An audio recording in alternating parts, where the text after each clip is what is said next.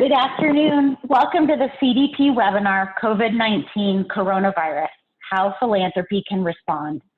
This is Regine Webster, Vice President of the Center for Disaster Philanthropy. This webinar is being provided with generous funding from the UPS Foundation and is co-sponsored by the National Center for Family Philanthropy, the Minnesota Council on Foundations, Philanthropy New York, the Council on Foundations, Grantmakers in Health, Interaction, Grantmakers in Aging, the Funders Network for Smart Growth and Livable Communities, and Philanthropy Northwest.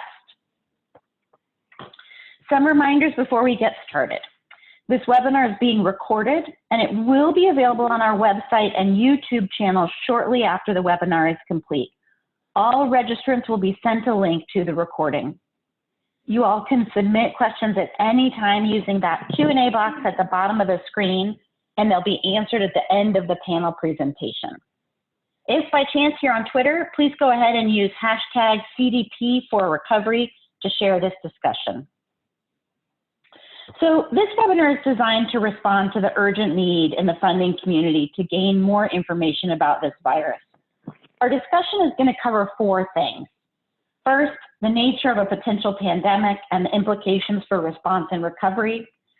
Second, what the most likely needs will be at each stage of the pandemic, if we get to that point past epidemic to pandemic. Third, the role philanthropy can play during pandemics, including advocacy, sharing accurate messaging, and funding preparedness, response, and mitigation. And then lastly, why philanthropic response matters at both the domestic and international levels. On our next slide, we've got a bit of a coronavirus 101. So I hope you'll excuse me for reading a little bit off the screen here, but I think it's helpful information to ground us in the science of what's happening here. So coronaviruses are a class of virus, and they're named for their circular shape. And they cause about 15 to 20% of all colds, but they also can be more severe, such as in the case of MERS and SARS. This particular virus has been given the name Severe Acute Respiratory Syndrome Coronavirus 2, SARS-CoV-2, to represent that it's a sister, quote unquote, sister of the original SARS virus. The virus causes has been named the Coronavirus Disease 2019, or the shorthand COVID-19. As of this morning, March 5th, for those of you listening later, there have been 96,888 confirmed cases of COVID-19 in 86 countries around the world.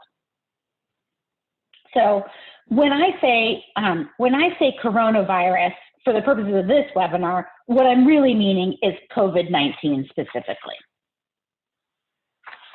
In the continuation of our discussion around COVID-19, let me offer a few more facts, again, with apologies for reading off the screen, but I think, again, helpful to ground us all. In a study of more than 72,000 cases of COVID-19 in mainland China, researchers at China's CDC found that overall there was a 2.3% case fatality rate among those 72,000 cases. WHO, the World Health Organization, now says it's 3.4%. Most cases are mild, but among the critically ill, the case fatality rate was 49%. 87% of patients were aged 30 to 79 years, and only 1% were under 10 or 10 to 19 years old. Despite this, the disease hits the elderly the hardest, and the case fatality rate was 14.8% in patients 80 and older, and 8% in patients ages 70 to 79. COVID-19 is actually more transmissible than SARS or MERS, but less deadly. SARS has a case fatality rate of 9.6%, and MERS has a CFR of 34.4%. And the flu, just by comparison, has a case fatality rate of 0.1%. If you'd like to learn more about pandemics, we'd really encourage you to read our Pandemics and Infectious Diseases Issue Insight on our website at www.disasterphilanthropy.org. It's found under the disasters header section on our website. So now that I've offered a bit of background on where we are and what the state of play is, I'd like to introduce you to our three esteemed guests. First, I've got Jeff Schlegelmilch. He's the Deputy Director for the National Center for Disaster Preparedness. His areas of expertise include public health preparedness, community resilience, and the integration of private and public sector capabilities. Dr. Judy Monroe has been the President and CEO of the CDC Foundation since February 2016, following her role as the Deputy Director of the Centers for Disease Control and Prevention and Director of CDC's Office of State, Tribal, Local, and Territorial Support. In her work at the Foundation, Dr. Monroe advances priority programs that improve the health of people around the world and prepare other nations to better prevent, detect, and respond to dangerous health threats. Sheena Agarwal is the Vice President of Strategic Partnerships, US at Give to Asia. Sheena provides senior leadership to Give to Asia's work in developing and expanding strategic services to better meet the needs of communities in Asia and the philanthropic sector, including the Disaster Philanthropy portfolio. I'd sincerely like to welcome all three of you and really offer my thanks to you for taking your time away from your busy schedules to talk to us about the needs as it relates to COVID-19. Jeff, I think I'd love to start with you. And I've got a couple of questions, and I know that you have some slides for us to ground your responses. So I want to ask you about the statistics that I shared. I know that the National Center for Disaster Preparedness thinks that the reported numbers are actually much higher than what's been reported. Can you tell me why that is, and like what is it that we do know and what is it that we don't know about this virus in terms of fatalities, transmission, and planning for response? Absolutely, and thank you for convening such an important discussion at such an important time. We can go to the first slide. And I should mention our center, National Center for Disaster Preparedness, we're based at Columbia University within the Earth Institute. And so we're really looking at kind of the latest research and what's coming out with this. And this is a graphic that is on your screens now that I really like that the New York Times put together. And this red kind of rectangle here really captures the uncertainty of where coronavirus stands in relation to how deadly it is compared to other diseases and how fast it spreads. And this is because we're just in the very, very early stages of understanding this virus. Testing beyond very, very limited testing is just now becoming available. So that's going to do two things. One is we're going to see a lot more cases because they're just going to be diagnosed more because there's more testing capacity. There's going to be a little bit of anxiety as we see those numbers go up and we see those dots light up on the map. But I think the more important thing is we're also going to get a much more accurate picture of how many cases are out there that previously went undetected. And in particular, it starts to enable things like seroepidemiological studies, which is a big word for saying testing people who maybe didn't get sick to see if they're showing antibodies, if they're showing that they did get sick and the disease was so mild they never went and got it checked. So as I mentioned, this red rectangle here just kind of gives you a sense of the range of uncertainty where this could be something that is very bad, and a lot of the things we're very concerned for it is something that is still very, very serious, but not at that level of the 1918 flu and things like that. That's helpful, and I appreciate the rectangle as a visual to guide kind of the probability that we're looking at. Turning now specifically to China, Jeff, they used a containment model to battle the virus, and we're seeing similar situations here in the United States, including the cancellation of the Peak Grantmaking Conference that was supposed to be starting just this week in Seattle. Talk about the benefits and the disadvantages, please, of this type of quarantining. Yeah, absolutely. And I think it was just announced yesterday that Italy was closing schools. There's some areas in the Brittany region of France that are closed, and in France they closed events larger than 5,000 people. And so really what the role of this kind of social distancing is to really slow down the spread of the virus in the area. So once it's kind of there, there's sort of two levels. First, you want to try to keep it out, but once it's there, you want to slow the spread. And by slowing the spread of the virus, what it does is, one, it buys you time to develop countermeasures, to develop vaccines, but it also It also reduces some of the pressure on the healthcare system by having less cases at a time. The UK strategy includes trying to delay onset of a lot of the cases until the summer after the flu season, after the cold and flu season, when there's more capacity in the healthcare system. But as you see on the slide in front of you, this is US data. So the numbers will be different depending where you look in the world, but the story will largely be the same. The downside is that it puts tremendous pressure on small businesses and people who are already vulnerable within the community. So this 5,000 seat venue that has the event canceled, I'm not so worried about the CFO of the venue. I'm very worried about the hot dog vendor and the t-shirt vendor, the independent people who make hourly wages, who don't have generous sick time benefits or casual status employees. So along the top here is looking at businesses. So this is just standard disaster data in the US, where small companies, if they close down as a result of a disaster, and this isn't specific to pandemics, it's storms, earthquakes, things like that, 90% of small businesses, if they don't reopen within 5 days, will never reopen. Whereas larger businesses have the ability, they spend an average of 10 days a month on continuity plans, they have this capacity. So these small businesses are very, very vulnerable. And along the bottom is individuals. So in the US, if there was a $400 unanticipated emergency, and this data is from the Federal Reserve, 40% of people cannot cover that with their savings or cash on hand. And so to the right of that, these are the things they'd take out, put it on a credit card. They would have to sell something, or they just would have to forego that purchase. So it shows that one of the consequences that I worry a lot about social distancing are these vulnerable businesses and vulnerable people. And we can actually go to the next slide.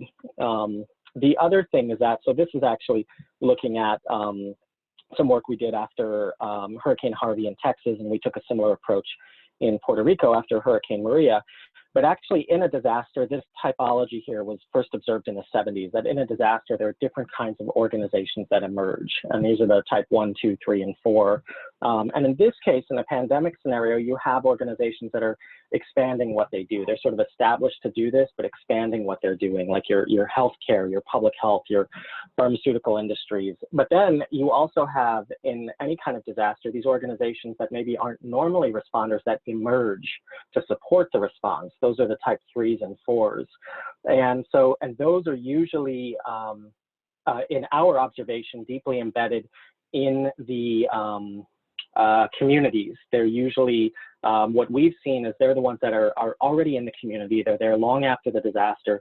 They're emerging and extending what they're doing because they're seeing these challenges in the community that are not being met by other resources coming in.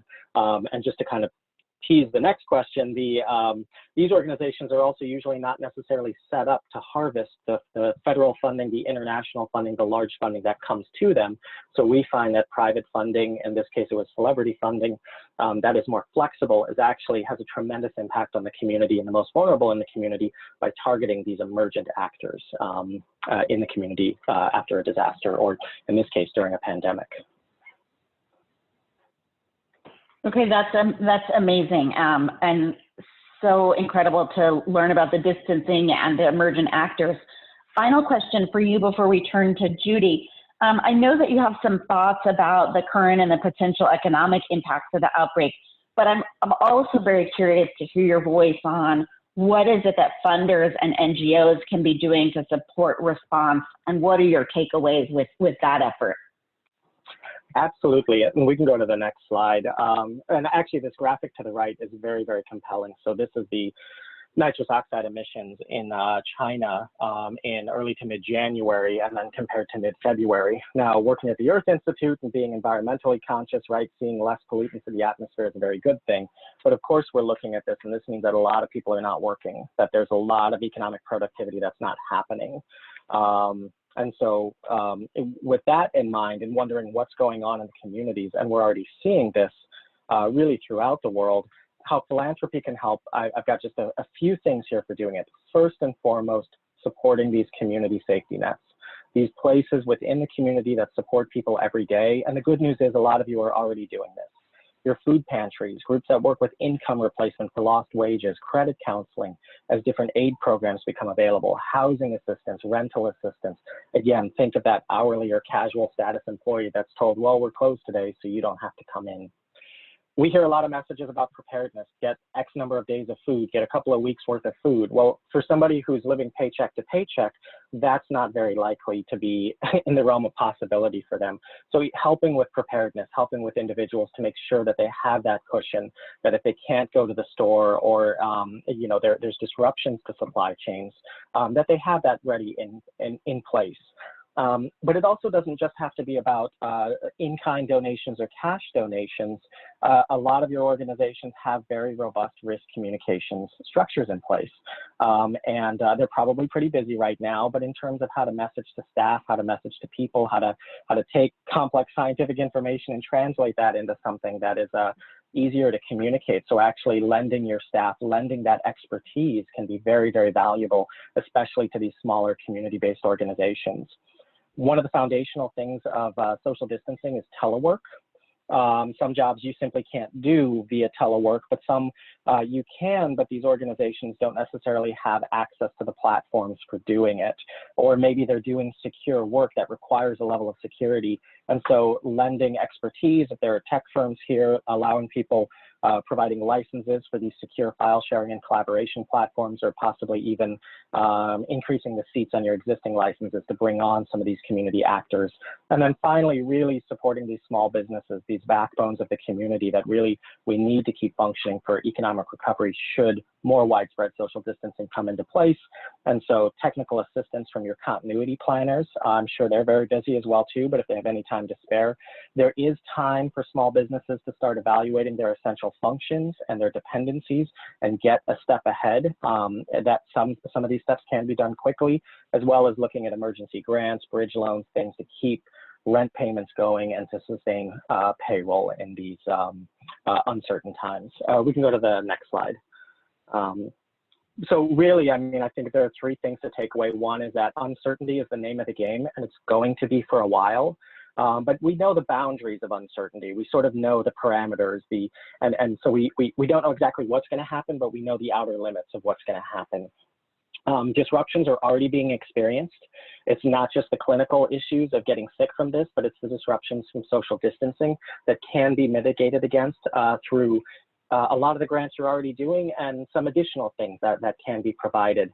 But really maintaining these community lifelines and these community-based safety nets are going to be one of the most important contributions to make sure that the most vulnerable among us don't suffer disproportionately, both directly and indirectly, as a result of this burgeoning pandemic. That is awesome, Jeff. Thank you so much for being so spot on and so helpful and succinct in your recommendations. It makes it feel for all of us listening like there's something that we can do in a real tangible, actionable way. So thank you for that. Let's go ahead and turn over now to Dr. Judy Monroe. So Judy, I think when most people hear CDC and think of the medical work being done by the Centers for Disease Control and Prevention, they may not really even know that there is a CDC Foundation. Could you tell us a little bit about the foundation and what issues you look at? Sure, and thank you for having this webinar. It's great to be with you. So the CDC Foundation was actually authorized by Congress in 1992 to be created as an independent 501c3 operating nonprofit. And our mission is to help CDC do more faster, literally by unleashing the power of philanthropy and public-private partnerships to really advance CDC's life-saving work. And we do that by leveraging our philanthropic support with CDC science and the public health system of our health departments across the U.S. with ministries of health globally and with the multi-sector partners. And so in our work, we support the entire agency. So the work at the foundation is pretty broad and pretty deep. Example, we have 200 to 300 programs a year. Those are across the United States and in about 130 countries. So our programs might range from meningitis in Africa, preventing that, to the opioid crisis here in the U.S. And we particularly, in recent times especially, have been called upon for emergency response. So we did a lot during the Ebola epidemic in West Africa, Zika, hurricanes in the aftermath of Hurricane Maria as an example.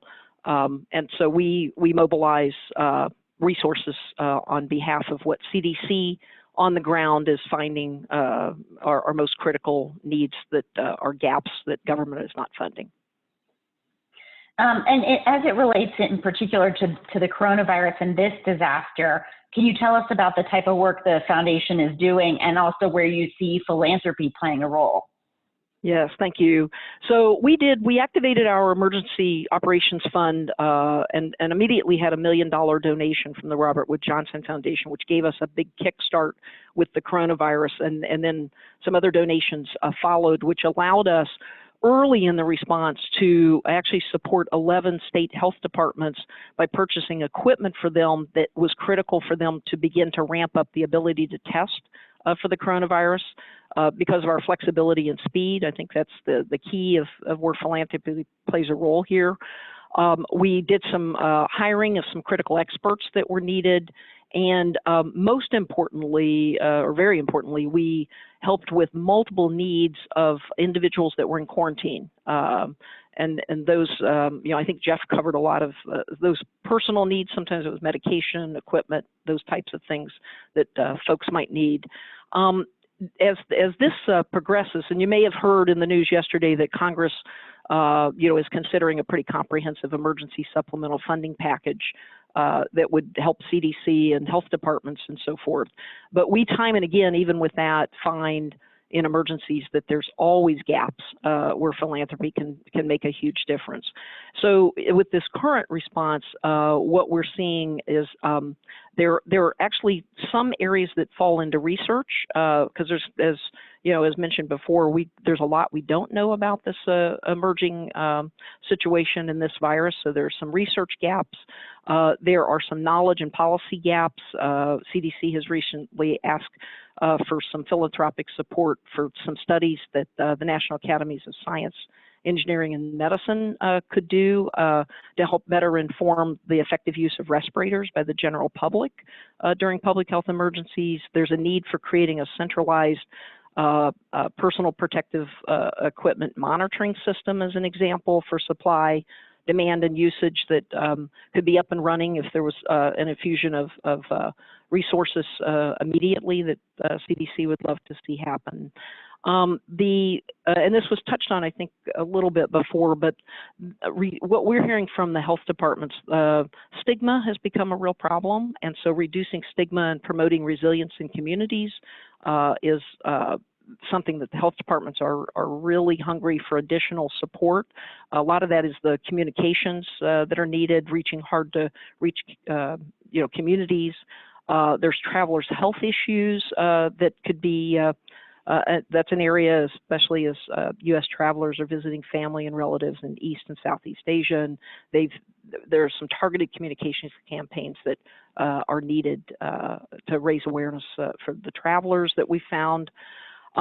Deployment of public health experts, to be honest, we need more expertise as this thing is evolving. So pulling people out of retirement and having a ready workforce that can go in that has been through these large epidemics or pandemics in the past is something that we've been hearing a lot of need for. And flexible funding, supporting our health departments, again, in some of these flexible ways where they've chronically been underfunded and understaffed. And so this is putting tremendous burden right now. And then with this increase in testing, we're going to see more and more demand on the system at large, and more people. I couldn't highlight more what was said earlier about the need for those personal it may be housing, it may be childcare, it's food. If we're asking people to isolate, we're hearing from the health departments that's huge need right now.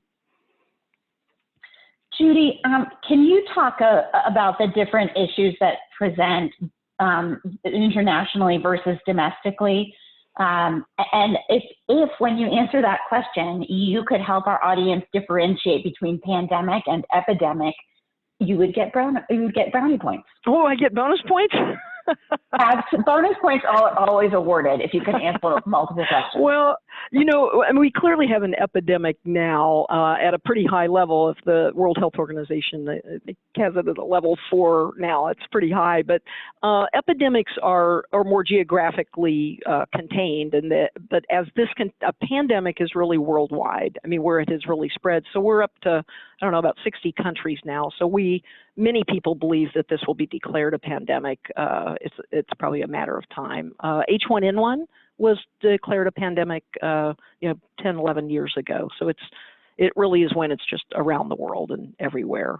So on the international and domestic question, CDC works very closely with World Health Organization, and we actually have some U.S. donors that have come to us wanting to support the global work and support the work that WHO is doing.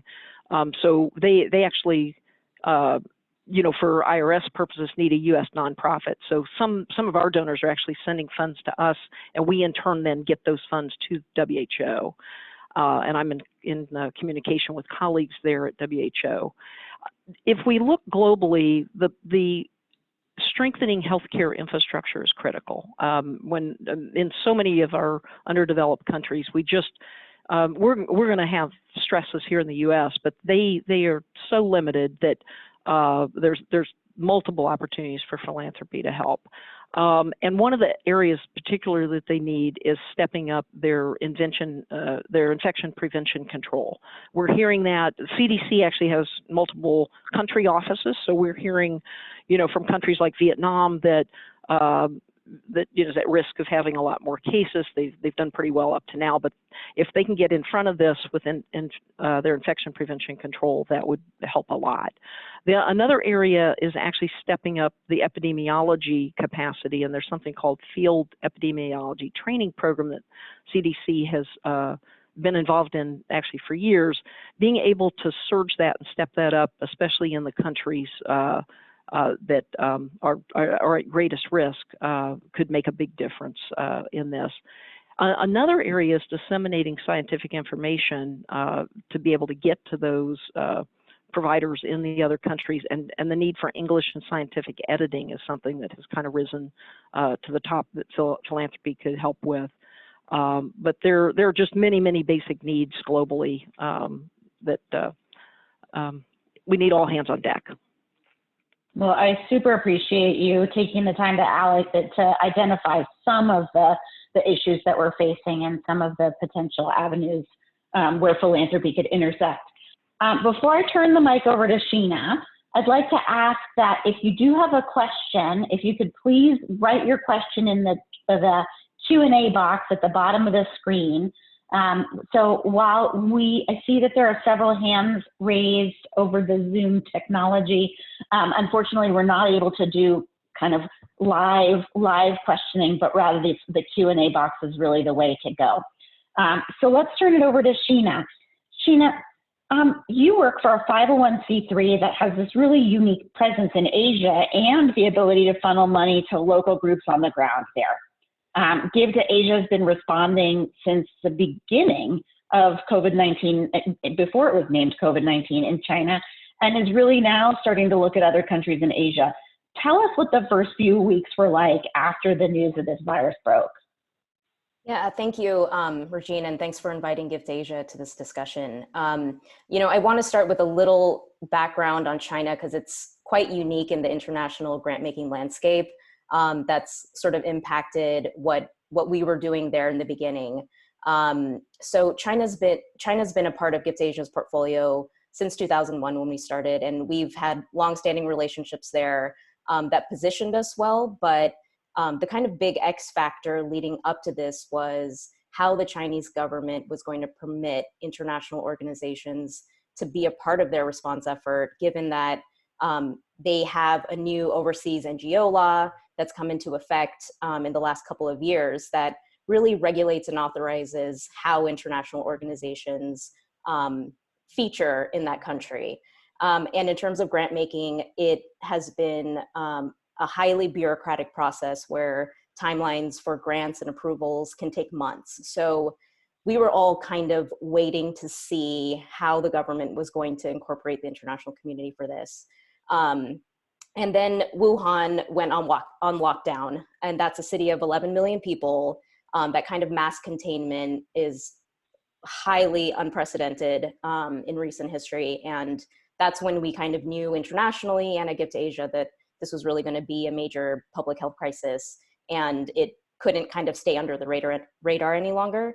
And our Beijing team then really just went into rapid mobilization there, and China was able to open up their approval process to allow at least grants through Gift Asia, as well as many other international organizations, to approve work within 24 hours, which was really unprecedented there for what was business as usual.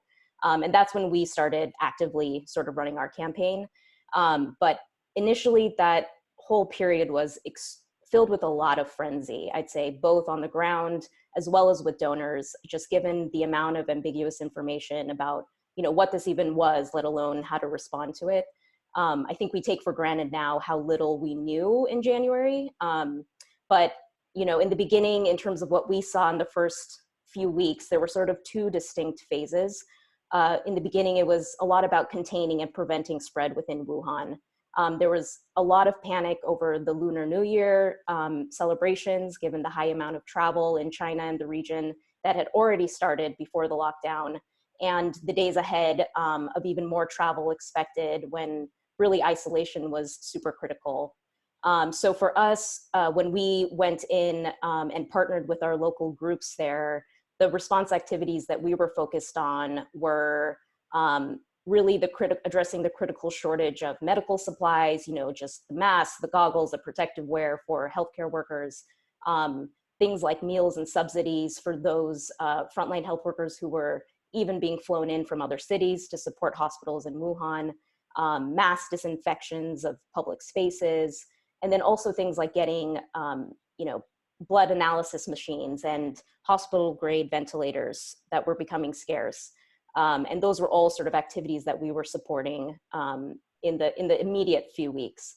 And the second wave kind of, even within the immediate response, was a lot about isolation, patient treatment, and overcapacities. Hospitals were being built within days. And a lot of the families of frontline health workers were struggling. There was also a lot around home quarantines as isolation became much more important, and supplies and equipment to support home quarantines also became very important as a method of containment. There was also this kind of pressure of doctors and healthcare workers that started to get infected themselves, which put a critical shortage on professional care.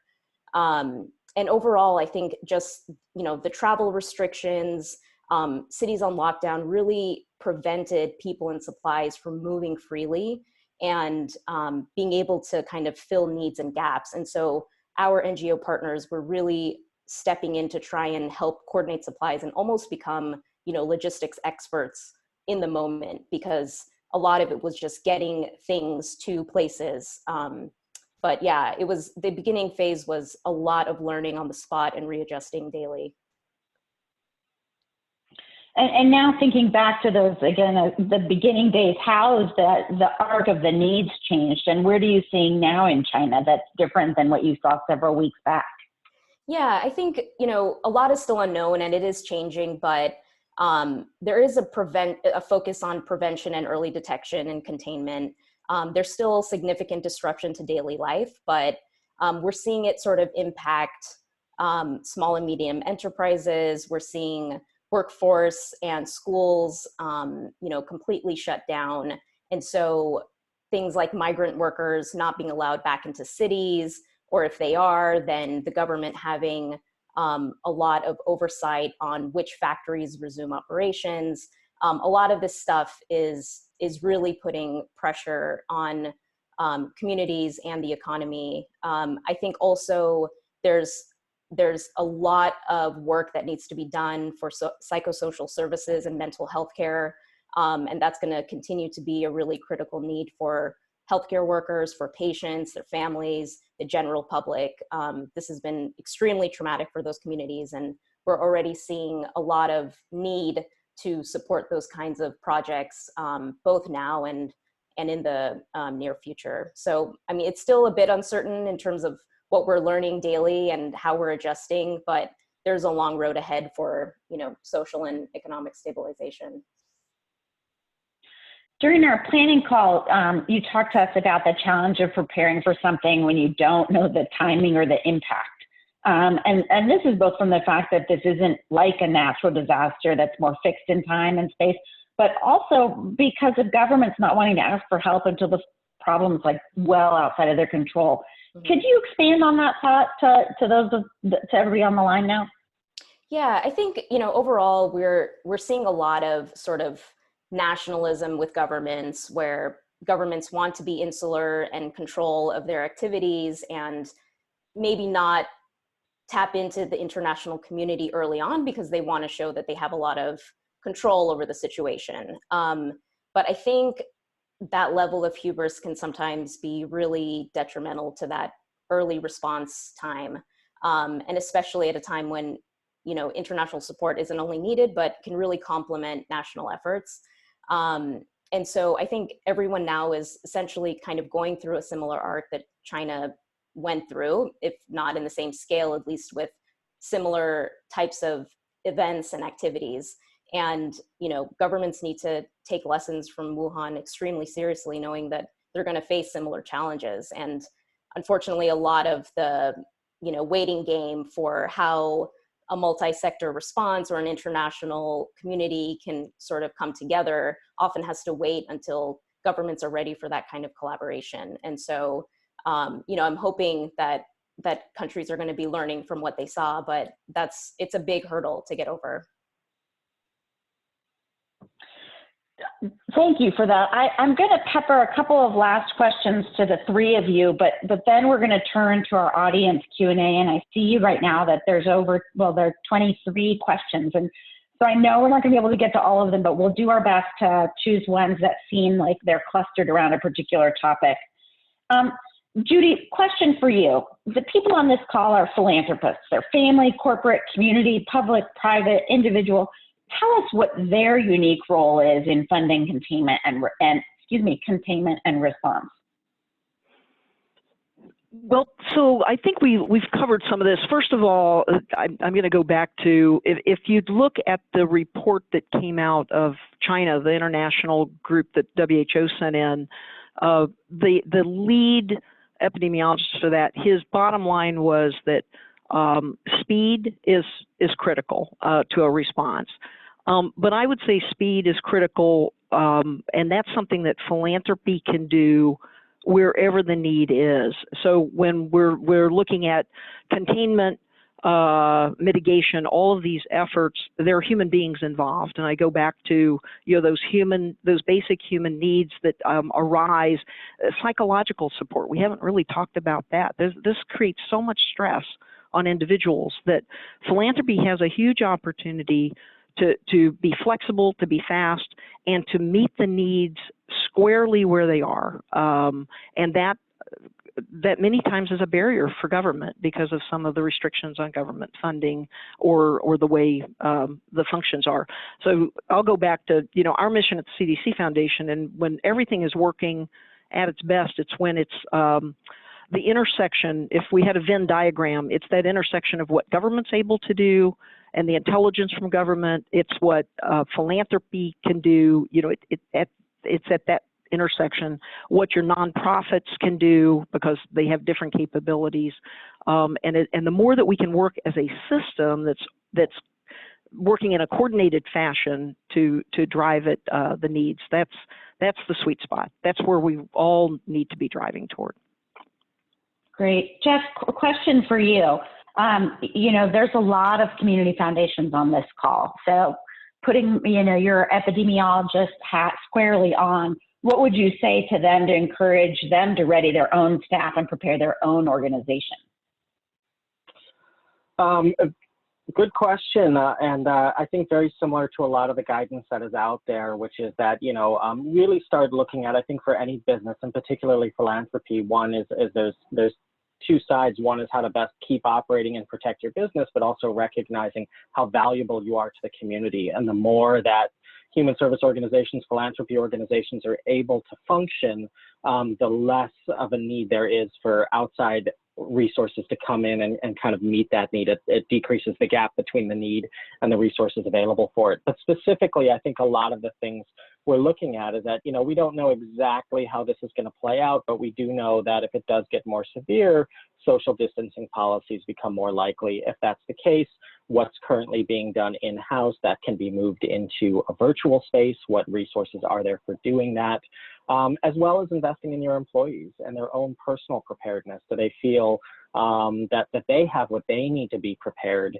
to be able to work remotely, to be able to, because obviously if we're caring for our families, we're not, and we're worried about our families, it's going to be a lot harder to come into work or show up to work, whether that's physically or virtually. And then the other piece too is that, you know, there's a lot of information flying out there. I think everybody has spoken to this in different degrees. There's a lot of agendas being driven. There's a lot of things, a lot of misinformation out there. And so certainly within the US, the CDC, and really anywhere, the CDC's COVID-19 page is probably the best resource out there, as well as the World Health Organization. These two sources are really the gold standard for the science and the information that's out there, and it's being updated regularly as the information becomes available out there. So I think really using your communications, basing it on that information, and keeping people updated regularly and in the loop regularly, because this information is going to change as more information becomes known. Helpful, helpful, helpful. All right, I want to draw all of our attention to a few things that we should be thinking about in terms of our own personal and familial preparedness, as well as that of your organization. So in terms of that personal preparedness, you'll really want to be thinking about the possibility of being under quarantine, just as that social distancing that Jeff was talking about, even if you're not ill. Another consideration is supply chain challenges, and production schedules have a high dependency on Chinese imports and just-in-time manufacturing. So we know that there's already limited supplies of some products, and panic purchases are occurring now, with many places running out of essentials such as toilet paper, water, and hand sanitizer. WHO has said to avoid touching money or washing hands after touching it. And then, you know, we all need to be stocking up on food, on pet food, on water and medication, and also thinking about how our children are going to access education, and wondering if we're ready to do our work remotely, or if we have enough stuff, quote unquote, to entertain anybody in our house for a 2-week period of time. Turning now to think about organizational preparedness, we'd really encourage you to review your COOP, your continuity of operations plan, or your disaster emergency plan if you have one. And if not, you need to develop some COVID-19 specific plans. The biggest impact, no question, will be on these quarantines. So if one staff member or visitor or vendor tests positive, is it possible that the entire staff would be quarantined? So we encourage you to think about how will staff carry out their work. Is there remote access to shared drives? Does everyone have work phone, laptop, home internet? Does sick staff have actual enough vacation time? What new needs are arising? Are there NGOs in need of extra and flexible resources? Is the foundation trying to launch a new fund or manage a fund grant-making process with really limited resources? So we're peppering you with a number of questions. Know that we all are collectively working on those answers. And if you're always welcome to call us and work those answers out with us. All right, turning now to the much awaited question and answer from you all. I think let's start with this one, and I wonder if any one of you could jump in on this. What does stigma mean in this context of COVID-19? Yeah, so this is Judy. I'll jump in. We started seeing early on when we talk about stigma around individuals that are Asian. Where people don't want to eat at a Chinese restaurant here in the U.S. I mean, we've started seeing those actual behaviors taking place. And so I think anytime you've got a misunderstood disease, you've got a lot of confusion. We've talked a lot about, in the age of social media, and there's misinformation out there. people are fearful, and they will stigmatize those that they believe might be carrying the disease, or may have. They might even perceive that they've caused the disease, and there's all kinds of beliefs out there. Jeff, I'd love to hear some of your thoughts that are in terms of what local nonprofits can do in their communities to help.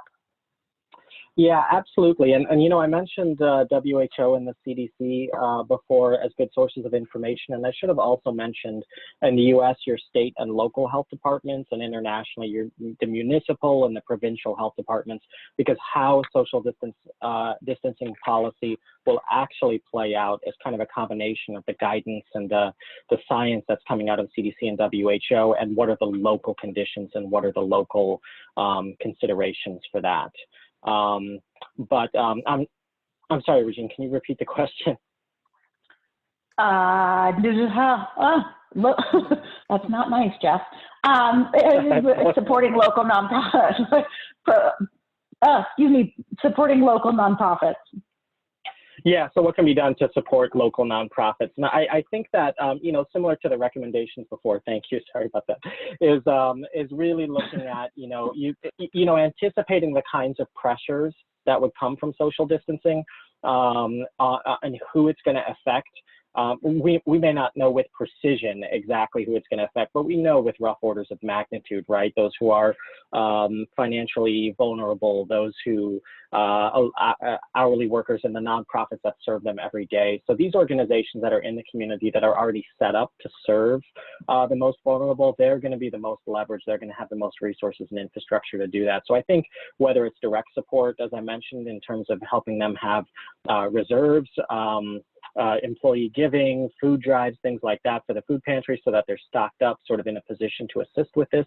And the good news is, if things end up being much milder and we don't need social distancing, there's still a lot of good that's going to be done in the community with these investments. So I think really sort of starting from there, and also not to forget the faith-based community. For many, many people, especially, and it was mentioned, mental health and in times of stress, that spiritual place, that those places of worship become very important safety nets and lifelines in the communities as well too. So I think anyone in the community who's doing good evidence-based work to help meet the needs of people in the community and providing those resources are good places to start in terms of reaching who we anticipate to be the most vulnerable. And just one brief point on stigma is that what happens with stigma is that you end up creating new vulnerable pockets within the community. So we have two dynamics going on. We have the clinical dynamic where we're learning more information on who's most vulnerable and how the disease would progress in different kinds of people biologically, but then we also have this social component on who is the most vulnerable socially, and that is both a factor of the existing social structures within a community as well as the conditions that we create as a society through stigma and through things like that. Super helpful. Let me jump in to make sure we can get a couple more questions in. Sheena, I have a question for you from our shared friend and colleague, Sandrina. When thinking about supporting preparedness and mitigation measures, what geographic areas do you understand to have higher vulnerability or need, both within the US and internationally? Yeah, and I can speak to Asia because that's where Gift Asia's kind of geographic focus is, but we're seeing, the second highest amount of cases coming out of South Korea right now. And so in terms of preparedness efforts, we are already starting to mobilize some activities there.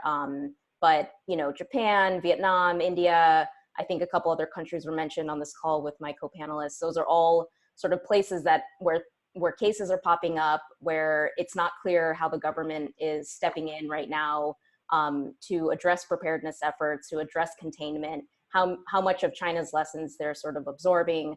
And I think that's kind of the big waiting game again. And to the extent possible, I encourage the philanthropic community to really be ahead of the game and be pushing those conversations in those countries where we know there's likely to be, an increase in activity.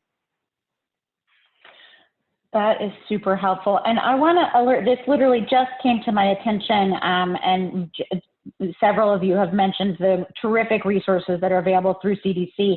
And they actually just released guidelines entitled Interim Guidance get your mass gatherings or large community events ready for coronavirus disease 2019.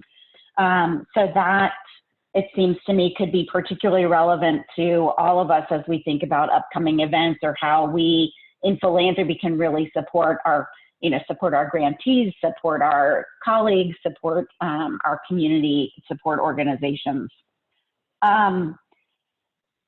If I can ask each one of you to give me 2 sentences to respond to this final question. So we're going to go lightning round right now. How can funders help NGOs to build their capacity through this challenging time? For instance, cash flow, business continuity, etc. I'd love to hear some thoughts that each one of you might have in your sort of Twitter 142 sentences kind of manner. So this is Jeff. I think, obviously resources are an obvious way to do that. But again, a lot of the organizations you work for have strong administrative capacities to be ready to receive funds, to be ready to administer them, and to be ready to function in a more virtual and different environments, as well as to communicate. So I would look closely at what intellectual resources that can help build the administrative capacity of these organizations to continue to function and to be adaptive through the uncertainty that's in front of us. Judy?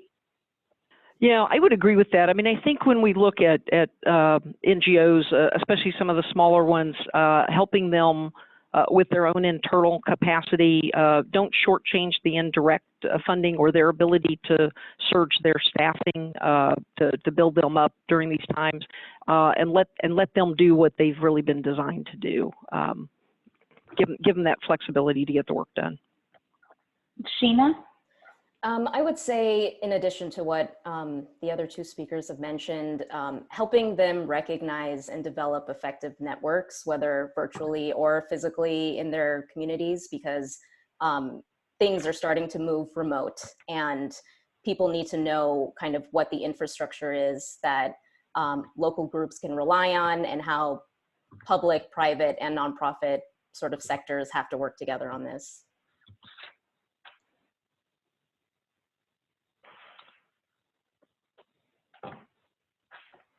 I agree wholeheartedly. I'm being encouraged to see if we can squeeze in a couple more questions about the domestic responses.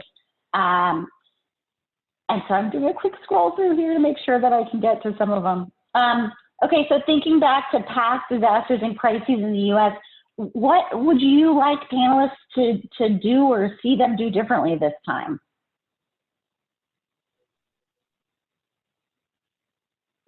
So this is Judy. I'm going to jump in real quick. I was a health officer during H1N1, and I was CDC during Ebola, and of course we had some domestic. And then when you think about hurricanes, what I would ask philanthropy to do is don't wait. Don't sit on the sidelines waiting to make a decision whether you're going to jump in and help. I'm going to go back to the speed factor. Mm-hmm. Make your philanthropic decisions and mobilize those resources. We need the funding capacity to get the action on the ground to help in wherever that's needed. And we're seeing right now, we're depending on how big this gets, hospitals are going to be strained, clinics are going to be strained. I hope it doesn't get there, but the most vulnerable are definitely going to be hit hard, and they already are feeling that. So I just don't hesitate. And I would add as well that in addition to those great, absolutely spot on remarks, is that, really working to help these community partners who you already work with fully take hold of how valuable they are to the community. And that's one of the most important things, is a lot of organizations don't see themselves as responders, but the more that they're functioning, the more that they're providing services to those in the community, the more that unmet need gets smaller, the more that people are being able to get resources and serve them. And so I think that while, we may not identify as responders, a lot of nonprofits and philanthropists may not identify as responders, they absolutely provide tremendous value that plays out very significantly in the response and recovery of the community. And one other small thing would be to, I guess not so small thing would be to, that it is absolutely, I agree, very important to move quickly, but also to move in a sustained way, because as this progresses, there are going to be needs that emerge that we don't even know about yet. And so to be able to move quickly to get resources there so folks are ready to go and ready to respond, but also to have those reserves to be able to respond to unmet needs and emerging needs that we haven't yet been able to predict.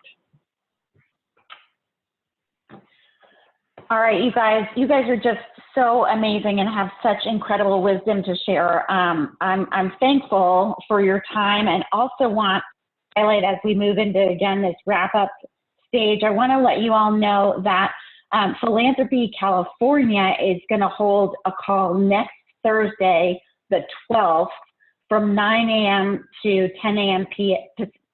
Pacific Standard Time. Sorry, so that would be noon to 1 Pacific Standard Time. And you can certainly take a look on their website to get more information on that call, but I think it'll be a terrific place for the collective of philanthropy to continue the conversation. And you know, certainly having California as a focus makes a tremendous amount of sense. A few takeaways that I've really noted from this conversation. First is an ongoing and developing crisis like this is really a good time to be flexible in funding. To Judy's point, don't wait. Now's the time to move.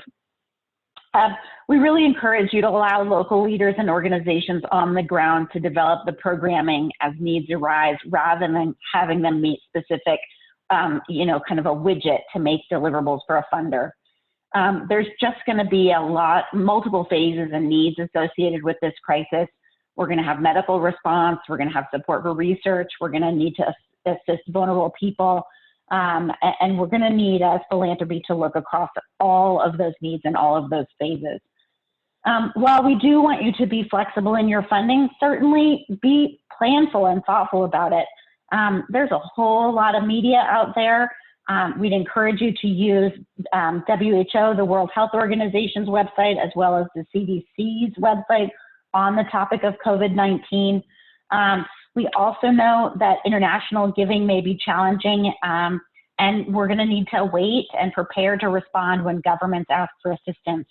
And certainly Sheena and Give to Asia, as well as the Center for Disaster Philanthropy and other organizations, can be of real help in providing guidance on that topic. As our panelists have shared, there's going to be ongoing needs to assist with recovery efforts over an uncertain length of time. CDC and CDP, that's us, and our partners at Candid are tracking philanthropic donations to this outbreak. And as of Tuesday, the total donations received stood at just over $1 billion. That's $1 billion with a B. CDP ourselves, the Center for Disaster Philanthropy, we have many resources to offer around epidemics and pandemics, disasters overall. And we've recently launched our own CDP COVID-19 response fund that's really devoted to the philanthropic community and supporting preparedness, prevention, containment, response, and recovery. You can find out more information about that fund and about our work at disasterphilanthropy.org. To those of you who may be planning disaster response funding, CDP has additional resources and information in our Disaster Philanthropy Playbook. It's located at disasterplaybook.org.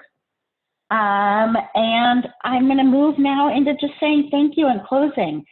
So in order to respecting everybody's time and to, you know, keep this tight to our 1 hour, unfortunately, we really do need to close. So I want to give my sincerest thanks again to Jeff, Judy, and Sheena for your time to share your insights. I'd also like to offer thanks again to the UPS Foundation for hosting this webinar, and to our co-sponsors, the National Center for Family Philanthropy, Minnesota Council on Foundations, Philanthropy New York, the Council on Foundations, Grantmakers in Health, Grantmakers in Aging, Interaction, the Funders Network for Smart Growth and Livable Communities, and Philanthropy Northwest. I'd also like to thank you, those of you who joined us. Your time is precious to us and we appreciate it. As the webinar closes, this little brief survey is going to pop up on your screen. Please take just 1 minute to review that and share your thoughts. And then lastly, if you have any questions that weren't addressed, and I know there were, as the number would say, 24 questions that were not addressed during today's webinar, please feel free to email them to me at regine.webster@disasterphilanthropy.org. I'll do my best either to answer them myself or to field them out to others, to our panelists or others in the community that likely have terrific answers up their sleeve. So thank you all so much. Have a wonderful afternoon.